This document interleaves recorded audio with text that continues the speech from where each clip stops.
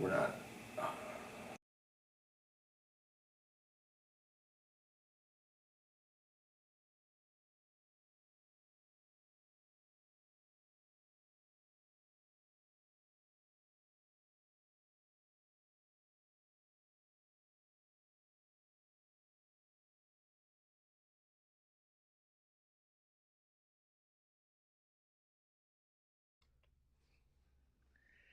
Hello, it's Wolfgang Krosky, CEO of the Pittsburgh Chamber of Commerce, and we are continuing our candidate interview series. We are focusing again today on the Pittsburgh Unified School District, and we have with us candidate Duane Smith, who is an incumbent, and we will give him time to introduce himself, and then we'll go over some of the topics. But just make sure that you can go to www.pittsburgh.vote and you can watch the recording of this interview as well as all the other interviews that we have scheduled here at the Pittsburgh Chamber of Commerce. You'll also be able to read the candidate bios as well as get links to their contact information, including websites and Facebook. So with that, I want to turn the time over to Duane. So Duane, tell us a little bit about yourself and your background here in Pittsburgh and why you're running for reelection. Okay.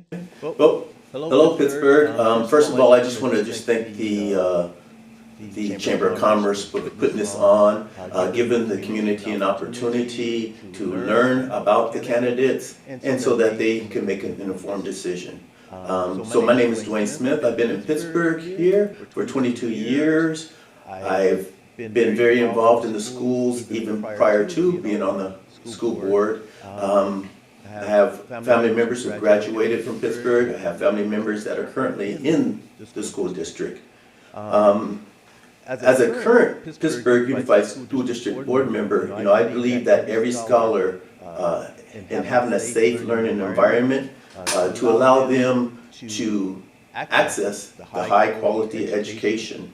Votes that I have cast conforms to this. And I know that our fiscal responsibility and accountability is key and essential for maintaining this type of environment. I've been open to various viewpoints in order to make the best decision. I base it on the needs, the goals, how the needs are measured, and then those results. I'm running for re-election so that our scholars can continue to thrive in the district and be prepared for their life journey, the next step in their life journey. The district have made great achievements, but the work of the district is never done until every scholar is succeeding.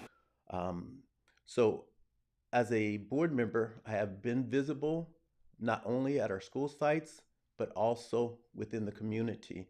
I think it's very important that as elected officials that we are leaders here in this community. So I will continue to stay visible in both the school sites and the community. I'm asking for your support so that I can continue to serve the Pittsburgh community, and I'll be honored to have your vote on November 8th. Thank you. So, a couple of things that you talked about there. You talked about safe learning environment and staying visible.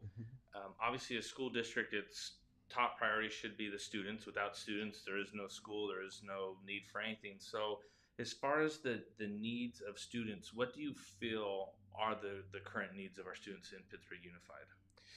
So early literacy is very important. I think the needs of our scholars. And let's look at elementary because there's different levels. Some of the needs of our scholars um, in kindergarten and transitional kindergarten, um, they need additional time. Kindergarten, that time used to be 3 hours, and then they go back home. We've added an additional hour, and in some sites we have added an extra hour and a half. So now instead of them going to kindergarten for 3 hours, they're going either 4 or 4.5. I think that's very important so that those scholars get what they need. Sometimes, our scholars are coming in the district kind of behind, and I'll talk about it a little bit later, but there's a literacy project going on to try to make sure that everybody knows the importance of reading to their child um, at an early age, since from prior to birth, singing, reading, and then continuing on. So our scholars are better prepared as they come into kindergarten. So that's one of the needs for the kindergarten or the elementary level. Also, at the elementary level, counseling has been something important that's coming up. So we've added counselors to the elementary schools, and we provide additional counseling from that, and then we're still using Lincoln Center, which works with the kids and the family. In junior high, um, we're trying to address this whole scholar as a whole, right? So we all of our junior high schools are now community schools to try to access So what to is, for those complete. that aren't Mhm. aware, what is a community school? When you say the whole the whole scholar, what does that mean? So there's additional resources provided so we can address any needs of the scholar, plus their family. If they need any additional services, then the community schools will help them and direct them in ways to go, so that we can help make that scholar and their family successful. Okay. Mhm. So the needs of the students, you know, it seems like schools are having to do more than just the academics, and there are some parents out there that feel that a school's job is just to teach, you know, reading, writing, arithmetic, Mhm. critical thinking, and you know the academic side, and that Okay. schools are having to do more and more social work. Do you agree with that? Disagree? Do you feel that districts should do more, or maybe rather than providing services in-house, districts should partner with outside vendors? What's your take on that? Yeah, I think we should make every effort um, to service those needs. If we need outside providers, and we do use some outside providers, whether it's to address one thing or another, um, whatever we have that's available, I say that we use. I think it's very important. Mental health has been um, very important for our scholars. So sometimes we do have psychologists within the district, but sometimes those needs are not met, and we should reach outside. Um, in our special ed, we have those assessments that need to be done for our special ed scholars. Um, the pandemic kind of set us back, but we need to catch up to make sure they get their speech therapy, whatever their needs are, and so we we have hired outside sources, and I definitely agree with that, because we need to catch up. We need to make sure everything is addressed as we get these scholars, to their next level. Hmm. Mhm. So Mhm. obviously, you have to have parents to have students. It's biology 101. So what are the needs of the parents that you're seeing, Mhm. and you feel that the district is addressing? Yeah, some of the needs of the parents is one of the things is security, right? Parents just want to make sure they send their scholar to school and they're safe and they come back. So some of the needs is just to have somebody. This year, every elementary school will have a campus resource officer, and they will be patrolling, the campus, just to make sure, people don't wander on. There are sites that have some blind spots, or somebody can walk through a back gate, so we need to make sure that they're safe. So that is one of the needs of the parents. They just want to make sure that we keep their scholars safe. One of the other needs of the parents is basically just communication with the schools. We signed up for Parent Square before we had various other apps, right, to communicate with the parents. So if a parent had two kids in elementary, one in junior high, and one in high school, they would get four of the same messages. So we have on that, and so we have moved to Parent Square. That was one of the needs. There's too much communication. There's repeated communication. So that is one of the things that we address for the needs of the parents. The other needs for the parents is the ability to monitor where their scholar is at. You know, we have Aries getting better. You know, they're able to see what their scholars' current grades are, if they missed a class, if they're behind on work. Then they have access to email the teacher also, because all that information is in Aries. So those are some of the key needs of the parent. You know, we need to keep that communication open. We need to make it as simple as we can so that they can monitor their scholars. You know, it's teamwork. You know, we need the parents involved, we need the school involved, we need the community involved so that we can all make these scholars successful. So Mhm. on the school board, you're one of five. How are you helping with engaging parents in that communication part? Because that when you talked about the needs of parents, that was the communication is seemed to be an area that you Mhm. focus on. So how are you helping with that or championing parent communication?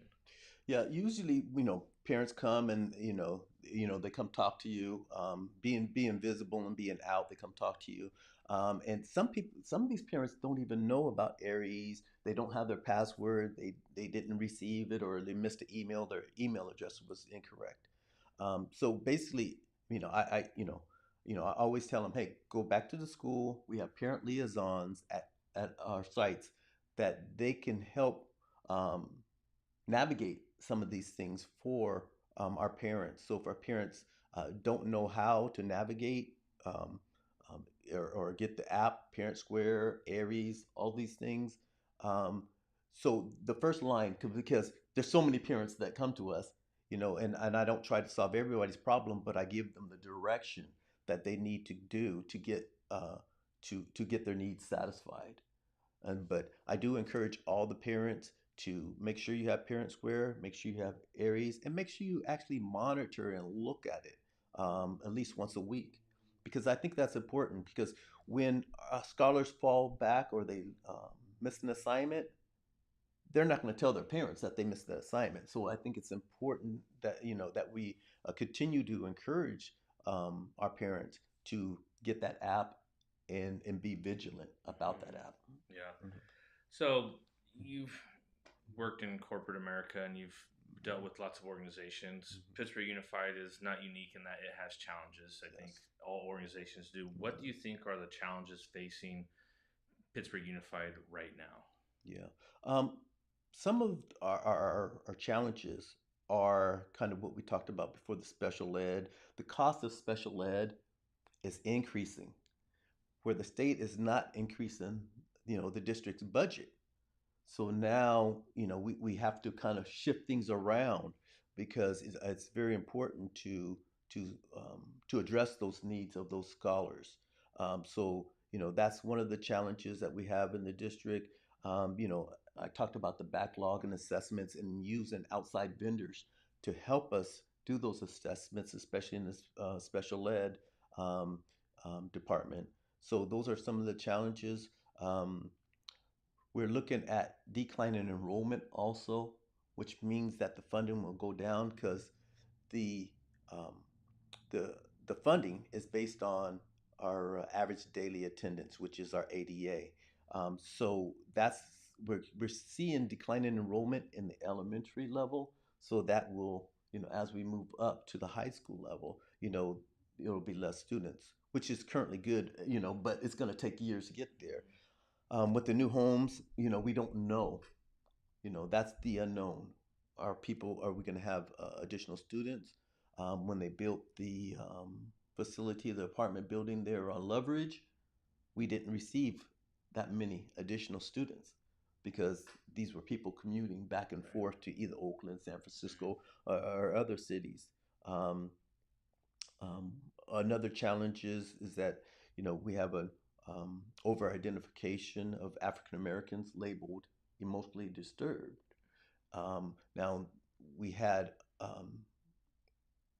them in other health impairments, but we worked that out. So our key thing that we're focusing on is that, and as we look at the data, we're realizing that scholars coming into the district are already labeled with with that. Can you, Mhm. and I know like I haven't asked other candidates this question yet, but just talk about when you say labeled, because if Mhm.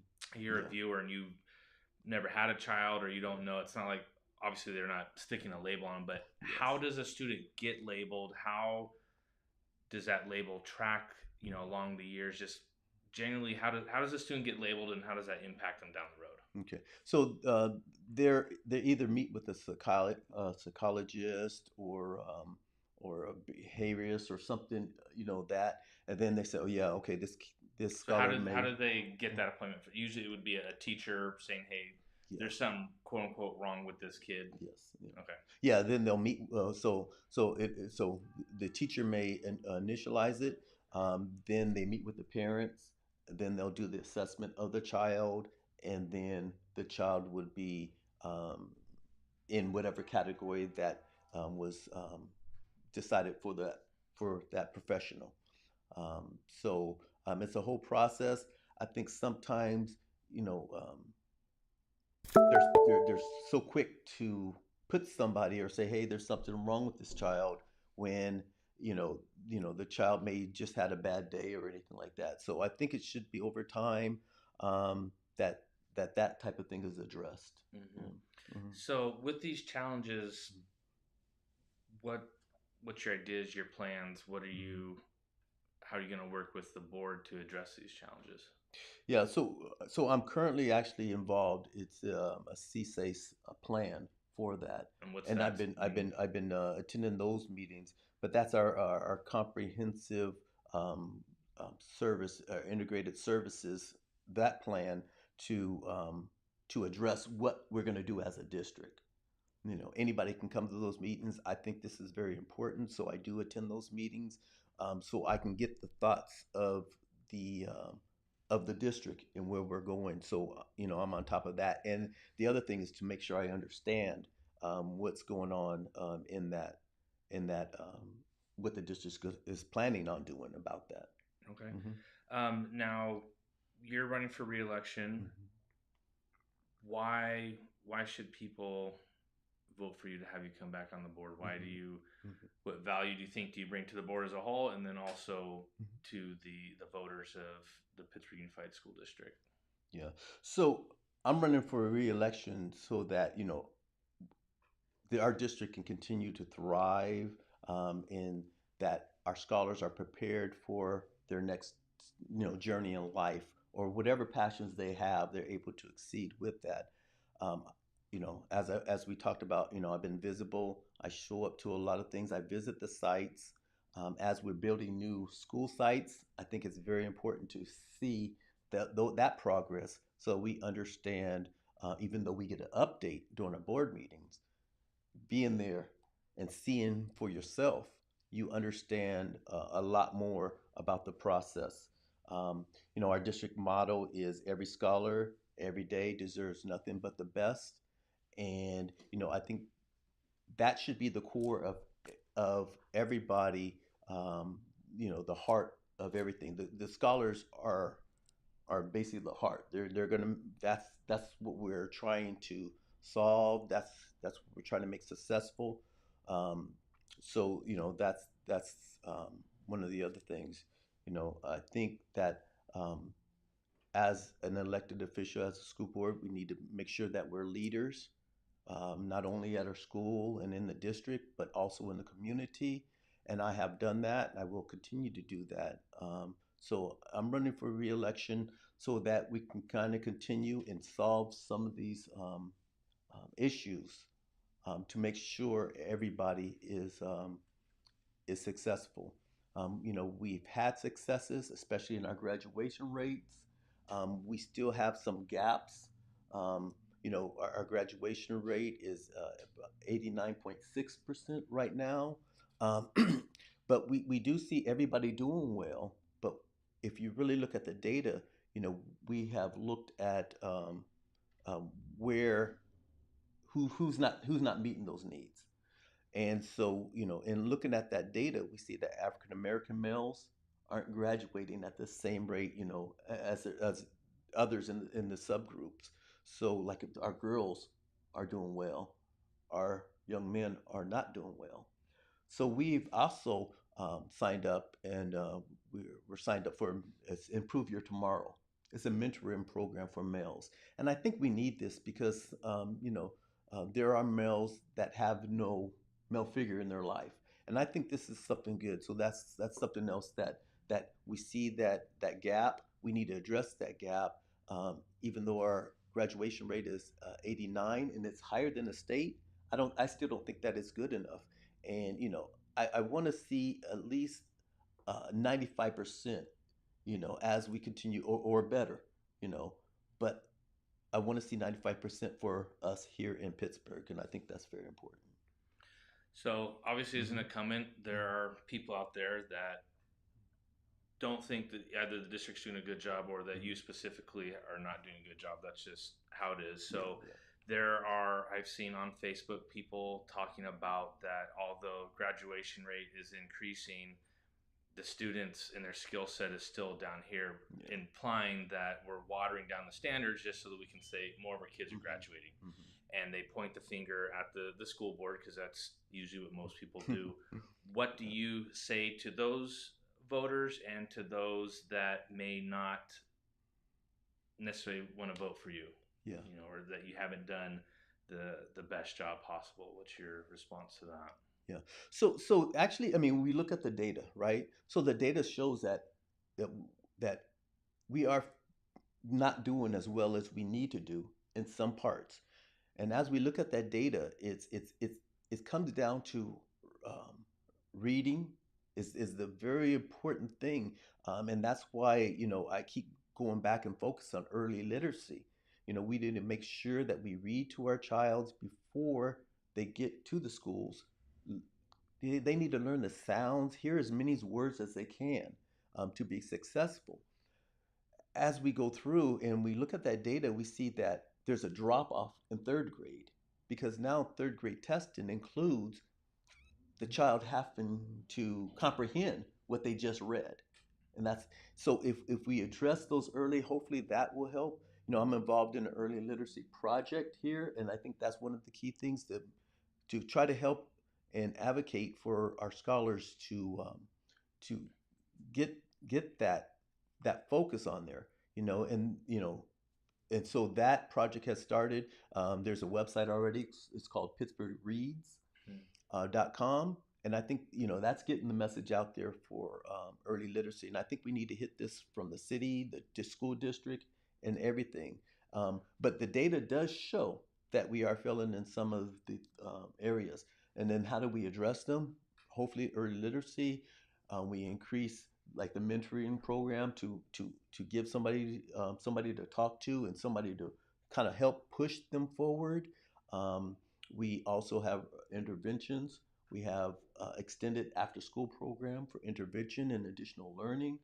So those are the things we're looking at for because we know that there are fall offs in some of the specific grades.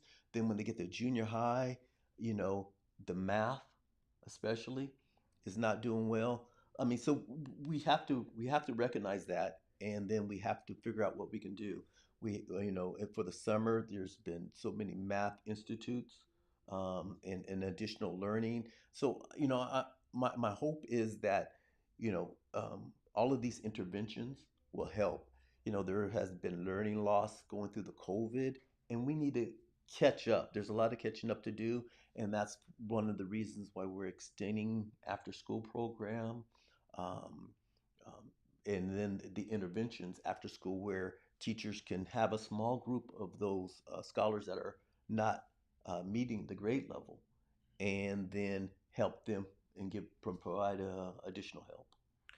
So there's, in a school, in a school district, there's lots of different, special groups based on academic performance, based on ethnicity, based on extracurricular, et cetera. But there's one group that often just goes under the radar, and that's your average student.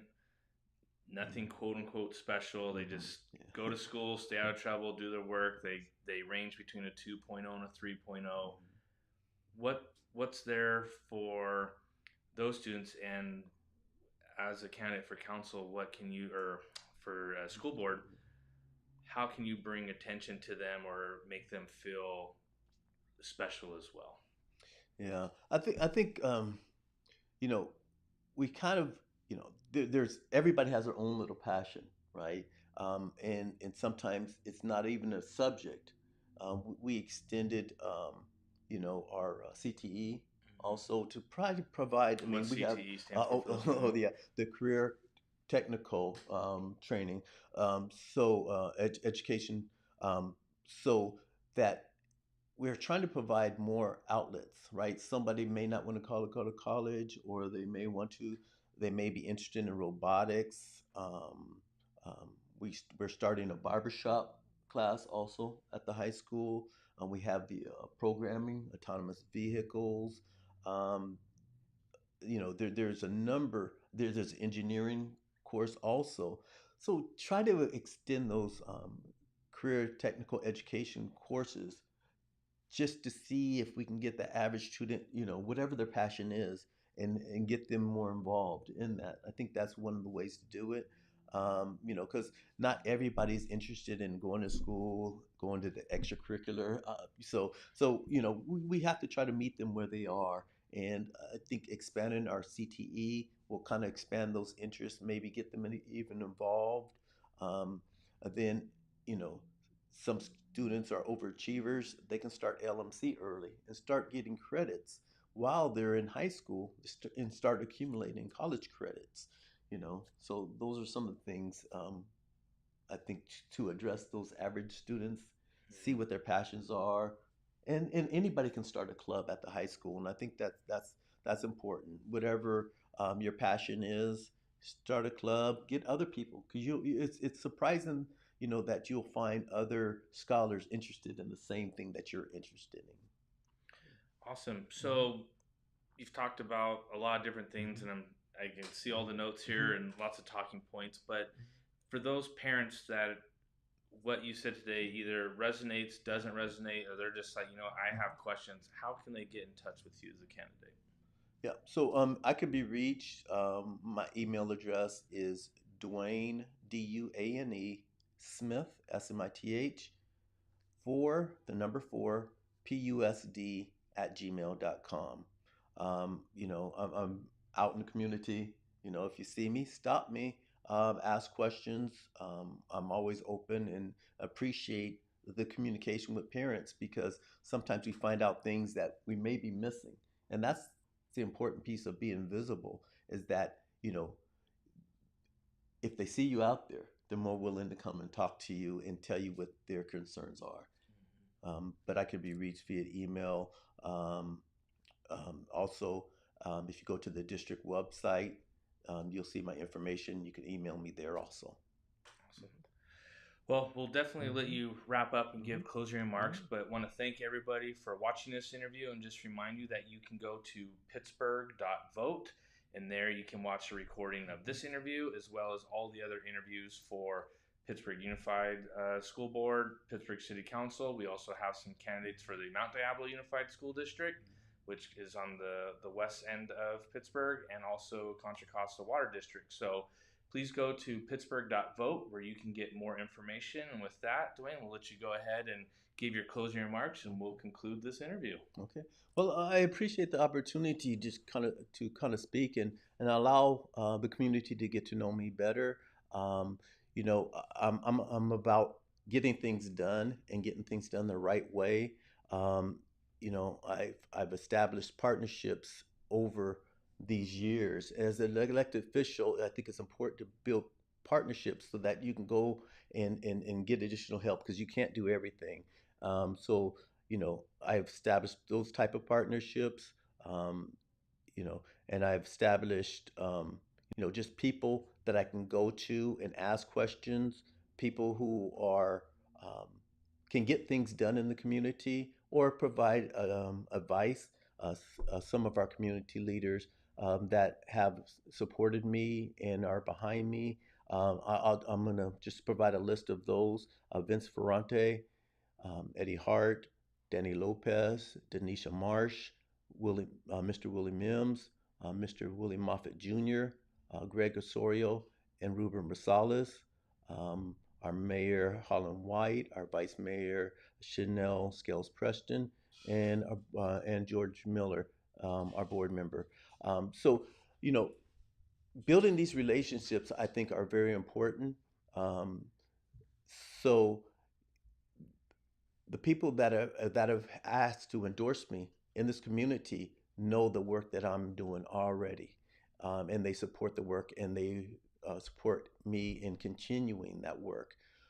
So I do ask for the support of the Pittsburgh community, and I look forward to continuing to serve this community. Thank you.